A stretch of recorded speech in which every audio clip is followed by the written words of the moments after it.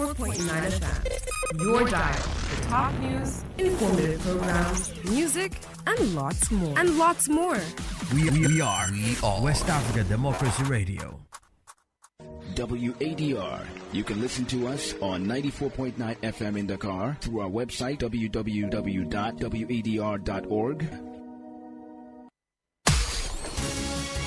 Monday to Sunday. It's hard to explain, okay? But all day, all year round. It's so mysterious. This is who we are. This is who we are. WADR.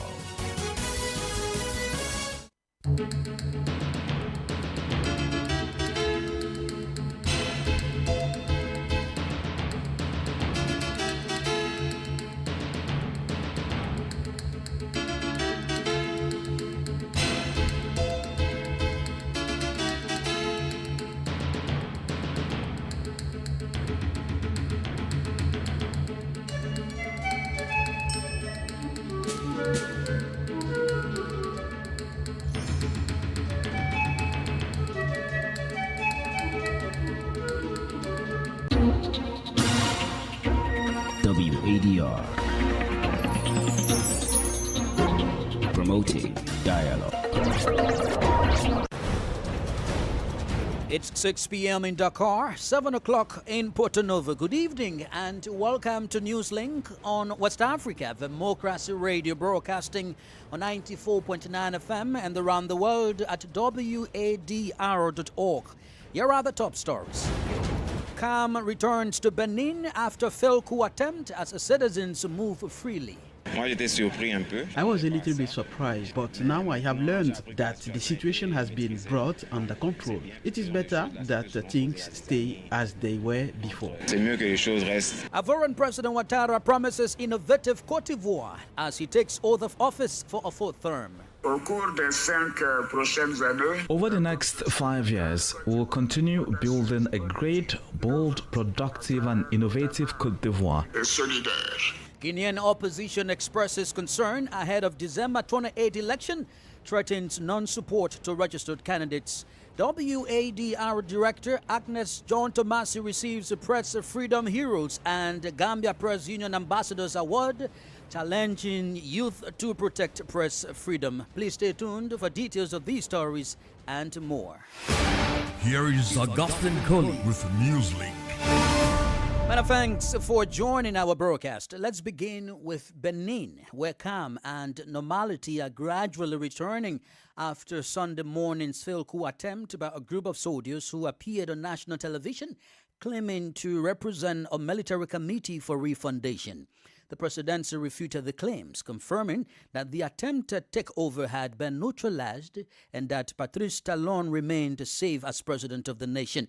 Around the presidential palace, where gunfire and explosions were heard on Sunday, people are freely going about their normal businesses. Abdullahi Hassan tells us more in this report. Just a stone's throw from the presidential palace, the situation today is more than encouraging. Contrary to the panic that gripped the city all day on Sunday, with explosions and gunfire heard in some neighborhoods, calm seems to have returned to the residents. At the Federal Serve intersection, around 8:30 a.m. local time, police and army roadblocks as well as the presence of armored vehicles at certain strategic points were still visible.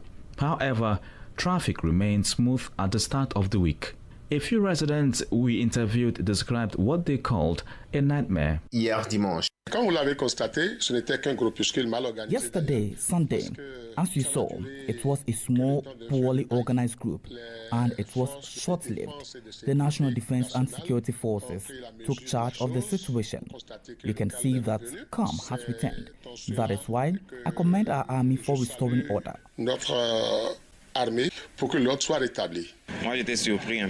was a little bit surprised. I wasn't expecting that, but now I have learned that the situation has been brought under control. That's good. It is better that things stay as they were before. Benin isn't a country of petty squabbles. They should just let the head of state finish his term. Around the Erivan intersection, the atmosphere was similar, with people moving about peacefully. However, concern remained around the Togben neighborhood barracks not far from the National Guard barracks. Political parties supporting the government issued statements condemning this failed coup attempt. The main opposition party, the Democrats, also expressed its outrage. A report from our Cotonou correspondent, Aziz Adam Suli, voiced by Abdullahi Hassan. Meanwhile, experts from across the sub-region and beyond are urging the adoption of long-term measures that not only prevent coups, but also ensure democracy truly delivers for citizens. They argue that factors such as poor governance, corruption, public mistrust, human rights abuses, and disregard for the rule of law are key drivers of coups, issues that can be effectively addressed with the right reforms. One of these voices is Desari Azubavi, Advocacy Advisor for Africa at the Open Society Foundation, OSF. In a recent presentation titled Roadmap in 7 Points, Azubavi outlined urgent steps that regional and continental bodies should take to curb the growing wave of coups. He talks about one of them, which is the Africa Peer Review Mechanism. If I recall well, the African peer review mechanism is one of the very unique mechanisms around the world by which, of course, it is still voluntary, but it's still good. The continental bodies try to evaluate different situations in order to predict whether there's a risk that come up. But where the problem comes is that there have been review followed by recommendations, because the review identify a number of possible risks and no action has been taken. So I think we need to come back to it, and it would be good that the peer review mechanism becomes somehow mandatory. They need to push all countries to subscribe to it, because if we have been doing systematic review, there are situations on which people will be stunned. Let's take Benin. Benin has had over the last few years, very good economical progress, but democracy has been messy. Like all the powers, way to get to the power has been locked. Everybody knows that. Not long time ago, there had been a brutal change overnight of the constitutions, without consultations with political forces. There have been debates even by which the votes on the new constitutions may have been tricked. Those are the informations that you can hear from people in the country. So nothing has been done. I think we just need to be more serious with the way we are monitoring democracy within the continent. Advocacy Advisor for Africa at the Open Society Foundation, Desari Azubavi. Let's now take you to Cote d'Ivoire, where re-elected President Alassane Ouattara reassured a great Cote d'Ivoire innovative with modern agriculture and a more assertive private sector. He also reaffirmed that his fourth term will be one marked by a generational transfer. President Ouattara made the statement today during his swearing-in ceremony at the Presidential Palace. The President of the Constitutional Council, Chanta Nanaba Kamara, opened the swearing-in ceremony held in the presence of heads of state and governments, presidents of institutions, and ambassadors. This ceremony comes 45 days after the presidential election of October 25, 2025, which saw Alassane Ouattara re-elected in the first round with 89.77% of the vote, securing a fourth five-year term. Here is an extract of President Ouattara's speech. Over the next 5 years, we will continue building a great, bold, productive and innovative Côte d'Ivoire, notably through an economy focused on local transformation and the creativity of its youth and culture, more competitive energy, digital and transport infrastructure, modern and sovereign agriculture, a more efficient industry, and a more assertive private sector, with national champions emerging even stronger. We will build a great, united, supportive and prosperous nation. A nation where every citizen counts, where women and young people are true agents of development. This mandate will also be one of generational transition. Our duty is to finalize the preparation, training and development of a political, administrative and economic elite, an elite of integrity, competence and deep commitment to the common good. My dear compatriots, as we open a new chapter in our country's history, I want to tell you that nothing is impossible for a united people. Nothing is beyond the reach of a united Côte d'Ivoire that believes in itself. Together, our ideal and our vision will become a reality, building a great Côte d'Ivoire, a great nation, strong, ambitious, and united. Une grande Côte d'Ivoire, une grande nation, forte, ambitieuse et solidaire. Re-elected Ivorian President Alassane Ouattara. More stories coming up on West Africa Democracy Radio. Newslink continues. We now cross over to Guinea, where the main opposition political parties are expressing concerns about the ongoing electoral process in the country. Electoral campaigns for the presidential election of December 28 have been underway for more than a week now. The main opposition parties, including the UFDG of Cellou Dalein Diallo and the RPG of former President Alpha Condé, who was excluded from the ballot, have been suspended for several months. Ahead of the election, opposition leader Cellou Dalein Diallo denounces a second coup d'etat, which he says has been orchestrated by the transitional President General Mamadi Doumbouya to remain in power. The UFDG will not participate in this charade, neither directly or indirectly. It will not support any candidate taking part in this second coup d'etat orchestrated by Mamadou Doumbouya against the people of Guinea and their sovereignty. Refusing to participate is not fleeing the fight. It is defending the republic and its values, and above all, defending the right of the Guinean people to freely choose their leaders through inclusive, free and transparent elections. There will be an electoral charade whose sole objective is to give a resemblance of legitimacy and the legality of Mamadou Doumbouya's planned seizure of power in violation of his oath and his word as an officer. Guinean opposition leader Cellou Dalein Diallo. We turn our focus to Ghana as the minority caucus in parliament has issued a staunch demand for the government to immediately halt and reverse the recent increases in water and electricity tariffs, vowing to use every parliamentary tool to challenge the decision. The price adjustments, which typically include increases in electricity ranging around 9% and water over 15%, have been heavily criticized for eroding the normal increase in the 2026 minimum wage. Speaking at a press conference this Monday, the ranking member on Parliament's Energy Committee, George Kwame Abuache, asserted that the hikes represent an unacceptable shock to the struggling households and businesses, promising the minority will stand firm with the public. Mr. Abuache emphasized that the minority's position is definite and non-negotiable, framing the tariff hikes as an act of exploitation rather than leadership by the government. These tariff hikes are not reforms, they are punishment. They are not solutions, they are symptoms of failed leadership and poor policy choices. We call on the government to immediately halt these incessant increases. The minority stands firmly with Ghanaian workers, households, small businesses and industries struggling to survive. We will continue to use every legitimate parliamentary tool to demand fairness, transparency and accountability in the management of the nation's utilities. Our position remains firm and non-negotiable. These tariff hikes must be reversed immediately and measures must be taken to protect consumers and sustain businesses. Ghanaians deserve relief, not repeated shocks. They deserve leadership, not exploitation. And we as the minority caucus, we will continue to hold this government accountable and defend the rights of the people. George Kwame Abuache is a ranking member on Ghana's Parliament's Energy Committee. Elsewhere, a high-level United States congressional delegation is in Abuja for renewed security talks with Nigeria's National Security Advisor, Nuhu Ribadu.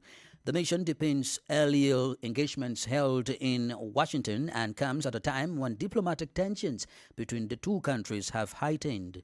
WADR's Usma Umar reports. Nigeria and the United States intensified their security dialogue on Sunday as National Security Advisor Nuhu Ribadu hosted a visiting U.S. congressional delegation in Abuja. Ribadu, in a statement on his X handle, said the meeting builds on recent engagements in Washington where both sides reviewed shared security priorities and areas for deeper cooperation. The delegation included U.S. Representatives Mario Diaz-Balart, Norma Torres, Scott Franklin, Juan Siscomani, and Riley Moore, with the U.S. Ambassador to Nigeria, Richard Mills, also present.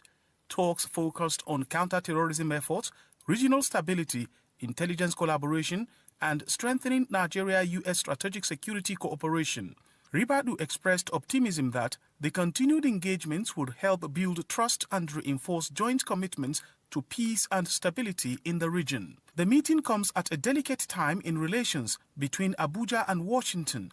Tensions have risen since U.S. President Donald Trump redesignated Nigeria as a country of particular concern over alleged religious freedom violations, a move Nigeria strongly contests, arguing that security affects citizens of all faiths and does not amount to systematic persecution. Despite the diplomatic strain, Nigeria has maintained its push for global security partnerships. For Newslink on West Africa Democracy Radio, Usman Umar reporting from Abuja. You are listening to Newslink on West Africa Democracy Radio, broadcasting from Dakar, Senegal. Here is a reminder of our top stories. Calm returns to Benin after failed coup attempt as citizens move freely. Ivorian President Ouattara promises innovative Côte d'Ivoire as he takes oath of office for a fourth term. Guinean opposition expresses concern ahead of December 28 election, threatens non-support to registered candidates. Still ahead in the news, WADR Director Agnes Tomasi receives Press Freedom Heroes and Gambia Press Union Ambassadors Award, challenges youth to protect press value. We also have a guest interview and sports news. Please stay with us.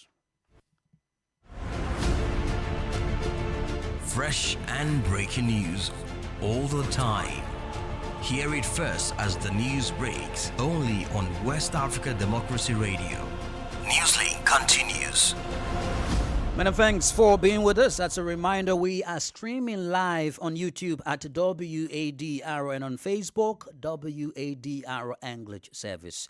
To matters regarding the media, the Gambia Press Union is urging the government to reconsider certain media regulations, including the recently enacted Criminal Offences Act 2025, which mirrors provisions from the old Criminal Code on false publications and broadcasting, including the Cybercrime Bill of 2023. The call came during the union's 10th National Journalism Awards ceremony, a night celebrating a decade of excellence in journalism and recognizing the vital role of the media in promoting democracy and accountability. WADR's Banjul correspondent Sandona Mendy fights this report. The union says these laws undermine press freedom and is calling on authorities to consult with media stakeholders to develop a framework that balances national security with journalistic independence. While the awards celebrated outstanding reporting in the investigative journalism, human interest features, and community reporting, the event also highlighted the continuing risks journalists face in the Gambia. Isatou Keita, president of the Gambia Press Union, emphasized the importance of protecting media freedom while ensuring professional standards.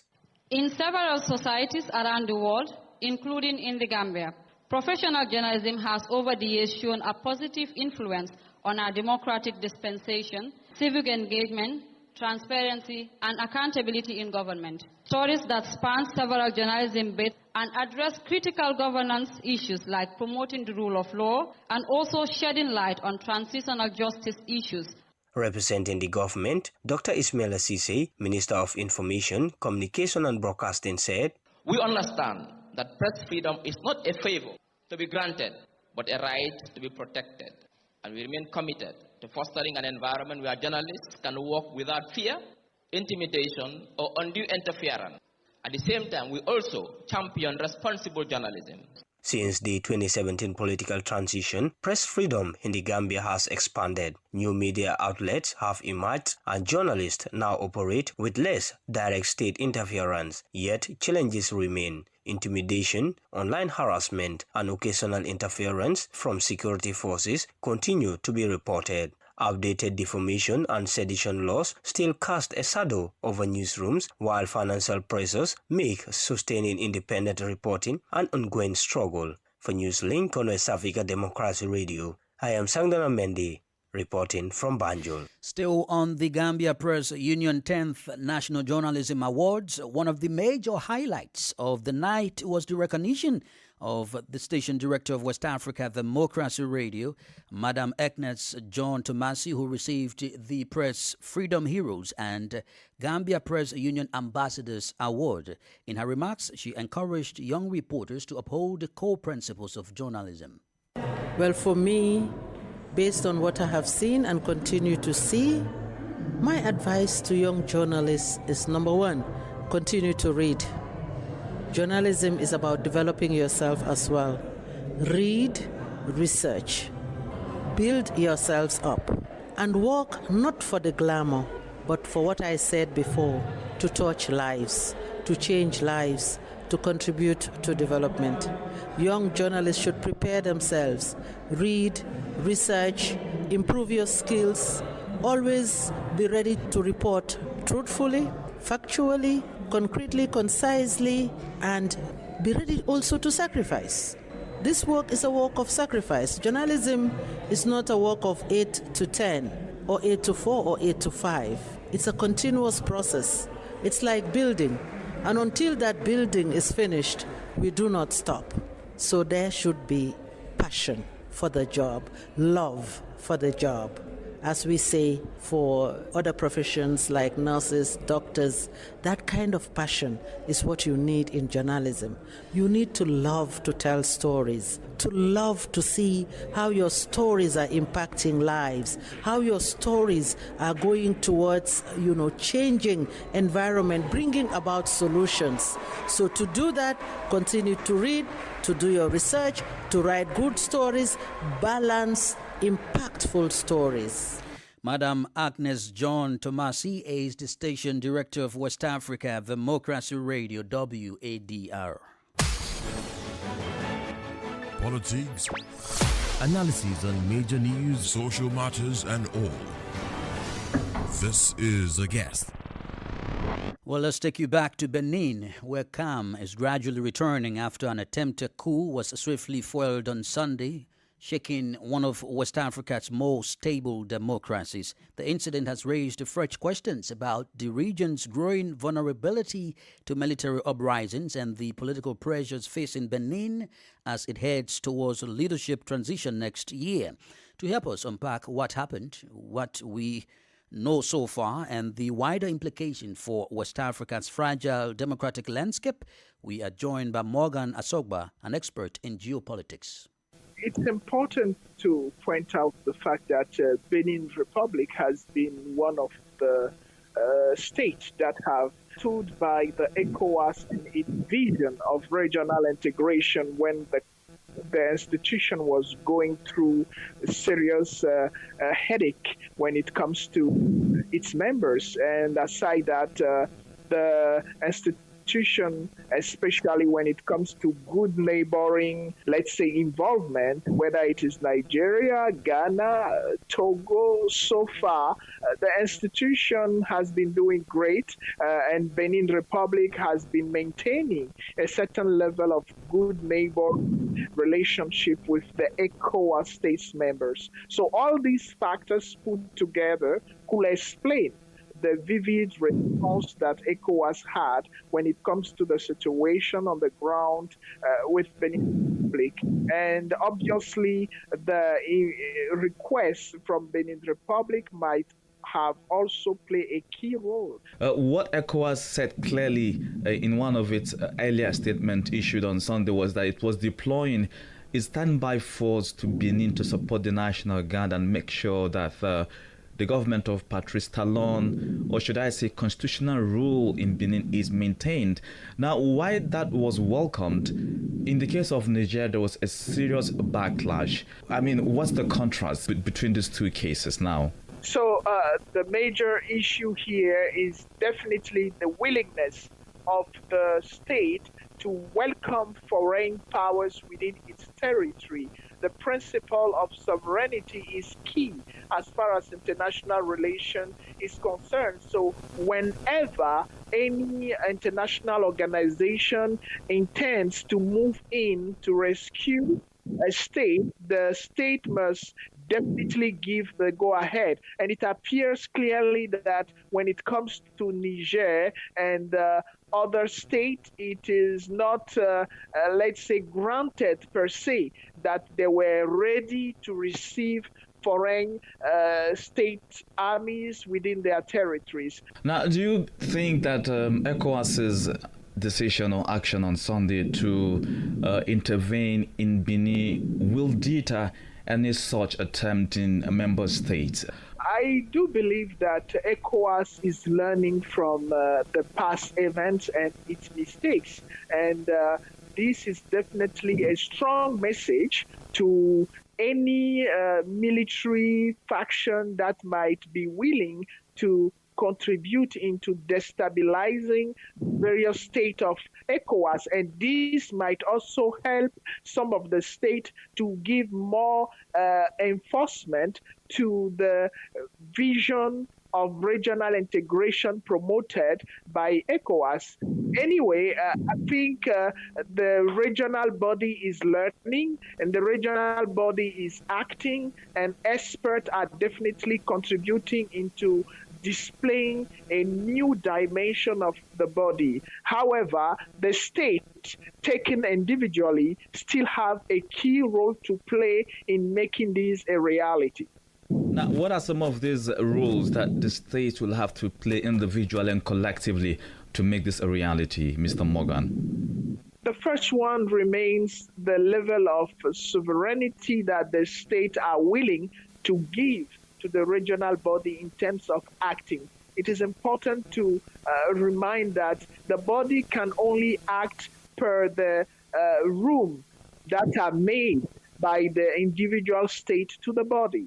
The second thing is to take seriously into consideration the expectation of the people and to strengthen the level of communication when it comes to getting the people to understand what is ECOWAS and what can ECOWAS do, so that the expectations of the people should not be extremely higher than what ECOWAS can do. If there is no communication, this cannot happen.